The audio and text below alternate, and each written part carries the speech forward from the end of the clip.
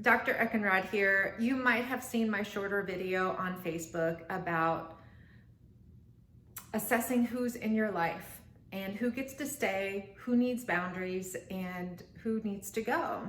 I have a forum on my website, Ignite-Transformation, and if you'd like to go there and download it, you're more than welcome to. It's free, you don't have to put in your email address or anything.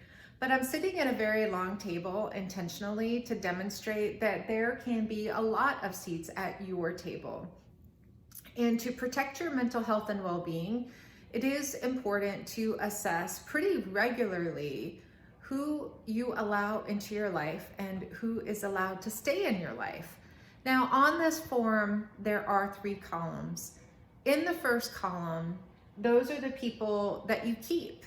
Those are the people that love you, that check in with you, that support you, who sit down and genuinely listen to you, who are present with you. Those are the people that bring you chicken noodle soup when you're sick. And those are great people to have in your life because we all encounter struggles and we need a support system around us. It's absolutely invaluable. So we need good, healthy people around us to pick us up when we fall down, to love us when we think we're unlovable, and to really be there to support us. In the second column, that column is what I call the boundary column. That column, if you list out people and think about their behaviors, those are the people that take more than they give. So if you're in a friendship and you're doing more of the listening than the talking, if you are the one who is being supportive and not receiving that support, or you can interchange that friendship and put a relationship in there. Are you the one that is the cheerleader? Are you the one that is being considerate and going out of your way to do things if you're being helpful, doing more chores around the house and things like that. So that category is for people that you're noticing that their behavior isn't sitting right with you, that you have some red flags, that your hackles are raised and you're like, I really like you, I may even love you, but your behaviors aren't acceptable and they might be on the fringe of violating your rights or violating your boundaries. So in this category, let's talk about boundaries for a second. Boundaries, it is a skill. So whenever we start to implement a new skill in our life, it always feels a bit bumpy in the beginning because, think about, because it's a new skill and you're trying it out, it's unfamiliar, you're uncomfortable with it. And so think about driving a car for the first time. You were clumsy, you were slamming on the brake, you had not yet learned how to apply appropriate pressure to the brake or the gas. So you're slamming everybody into the towards the front of the car and then throwing everybody in, towards the back when you're putting on the brakes. So driving a car is a skill, and over time, the more you do it, the more repetition it occurs or you engage in that behavior, the smoother it gets. And that is the same thing with boundary setting. First, you need to identify who you need to set boundaries with. You need to think about how to phrase the boundary, and you need to practice it ahead of time.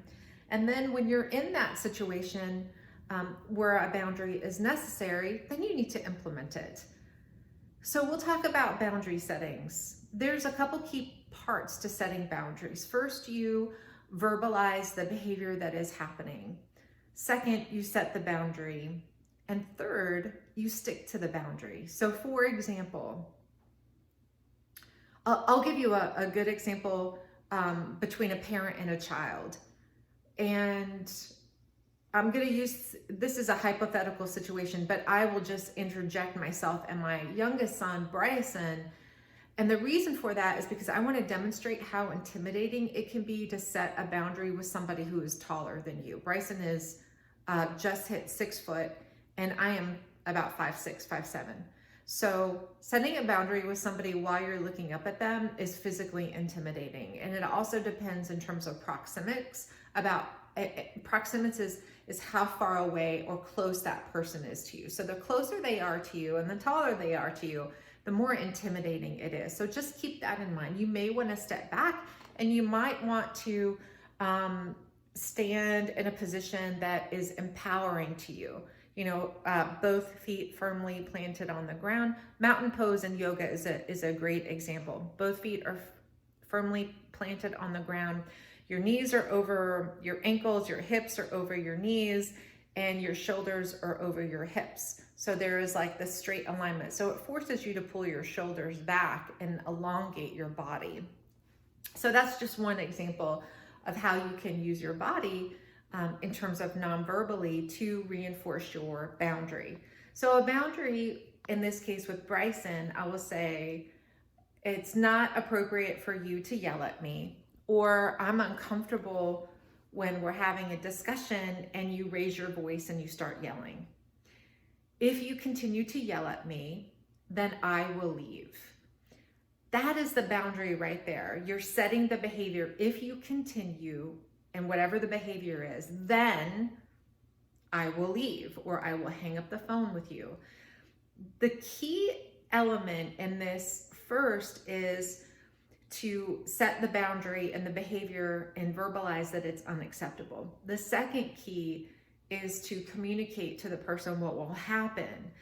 And you want to be careful with this, because you cannot force another human being to do anything. So a good boundary involves you taking the action, you hanging up the phone, you walking away.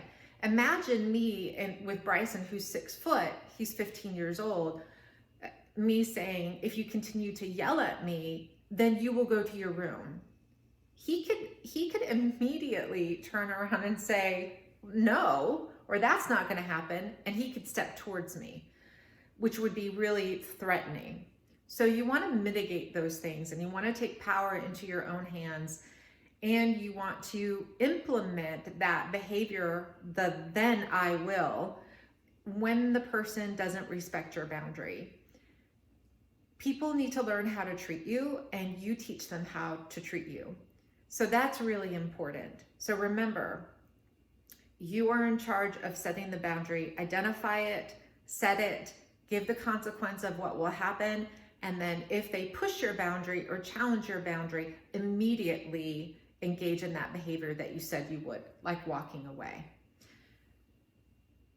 If you don't walk away, or you don't implement the boundary that you said you would, that gives them permission to continue the behavior. And they will not take you seriously, and any boundaries that you set in the future, that person will not respect. So that's boundary setting. So again, that is reserved, that skill is reserved for when you feel like your rights are being violated and you need to take charge of the friendship or relationship with an intimate partner or a family member, whoever it is. It's hard to set boundaries with family members, especially if the person is your parent, but know that you have a right to be treated in a way that is healthy. And sometimes it's hard to set boundaries with your parents or other older family members, because there's that issue of respect, and we get into like our values and beliefs of we should respect our elders and so on and so forth. In the last column, I'm going to give you some examples that I've experienced in my life, and I'm going to give you some examples of going no contact with people in my life. That last column I call no contact, because that column is reserved for people who, I have some notes here, so I keep looking at them. So that column is for individuals who publicly shame you and humiliate you in front of other people. Those individuals that you want to go no contact with are individuals that consistently violate your rights and your boundaries. So when I say consistently violates your rights, I mean they steal from you, they lie to you, they manipulate you, They turn the tables on you. If you bring up an issue that you're concerned about, they turn it on you and blame you. That's called gaslighting. And narcissist, that's a personality disorder, a cluster B personality disorder. They're very adept at doing that, and you may not even realize or be cognizant that that is occurring. It's just a tactic that they use to manipulate you and get the pressure off of them and turn it onto you. They might lie about you to family members, to your friends, and they might humiliate you. And the important thing here is that it is a consistent pattern. It's something that you see over and over again, and the individual will not change even when you set boundaries with this individual. So just keep that in mind. Individuals who have personality disorders like narcissism or psychopathy, they will not change, and there is nothing that you can do to help them change. You can't love them enough. You cannot forgive them enough. In fact, that gives them power and narcissistic supply. And so the best thing for you to do for your own mental health and well-being is to go no contact. And when I mean no contact, I mean no contact at all in any way in terms of communication. No texting, no phone calls, no emails. Defriend them on your social media. There might be situations in which you cannot go or in which no contact is really not an option, like if it's a workplace, but you really need to seriously limit your time if it's a workplace setting. If it's an intimate relationship, friendship, and even a family member, you need to go no contact because they will continue to manipulate you and try to control you. So just be aware of that. When you see that consistent behavior and pattern, there is something on a deeper level going on, and you cannot control that. I want to give you some examples of people that I've gone no contact with my life. I'm going to use one person in particular as an example. I won't say their name, but this individual has consistently, over the time that I have known them, lied about me to my family members.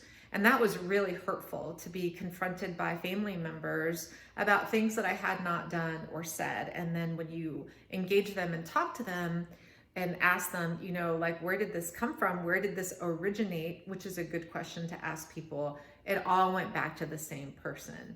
So that was really eye-opening for me. And I started to limit my time with that person. I started to withhold information when they would ask me how I was doing, how's school doing. I'm like, great, it's fine. I love my job. So I wouldn't give them any information because they would use that against me and exploit me. The other thing is that they have double standards. In this example that I'm going to use as a double standard, my dog was not allowed at the house. And when I did bring my dog one time, this individual pretended that my dog peed on their bedroom carpet rug, which did not occur, but they made a big deal out of it, and they were so upset. And it didn't happen, and it didn't occur. So that's important to remember. So at family reunions, I was not allowed to bring my dog. I had to kennel my dog. And the baffling thing to me was that this was a double standard. Other family members were allowed to bring their dogs to the family reunion. And one dog actually spent a significant amount of time in the house that I was not allowed to bring my dog to. And this dog smelled terribly. This dog got into the trash. This dog begged at the table. And in comparison, my dog, Tonks, who's now passed, is a therapy dog, or was a therapy dog. And so she was very well trained. She would sit, stay. She would not beg at the table. If you drop something on the floor, part of being a certified therapy dog was that if you drop something on the floor, she would not go and pick it up unless you gave her the command to go. So in comparison, those kinds of double standards existed with this person. And again, it was a consistent pattern that had occurred over um, a, a large amount of time. To my face, this person was also unsupportive. And when I announced that I was going back to get my doctorate, and this is about 15, maybe 16 years ago, when I had announced to my family that I was going back to get my doctorate, this individual asked me if I was crazy. And I will never forget that, because especially now that I look back and I share that story with my students, it is it is so degrading and intended to dissuade you from achieving your dreams and goals. And so if you have people like that put you down, dismiss you, disregard you, shame you, again, publicly shame you or humiliate you, those are the individuals that you need to exit out of your life. It is for your own health and well-being. And if you're interested in learning more about narcissism specifically, Dr. Romney is an expert on narcissism, and I'll link her website below, but she provides a great amount of information about narcissism, how narcissism looks in family members. So she'll talk about scapegoats, the golden child, the truth teller. She also talks about a really interesting concept in family systems called triangulation, and that is really powerful. So if you suspect that you're from a dysfunctional family, that channel, Dr. Romney, is worth checking out, because she provides a wealth of information, and she is an expert. She's a world-renowned expert in narcissism. So thank you for joining me today. And again, if you're interested in that form to complete, you can go to my website, ignite-transformation.com. It's free, but you can very easily complete your own form. And I encourage you to take a really good look at the people who are in your life and assess whether they get to stay or go. Have a great day.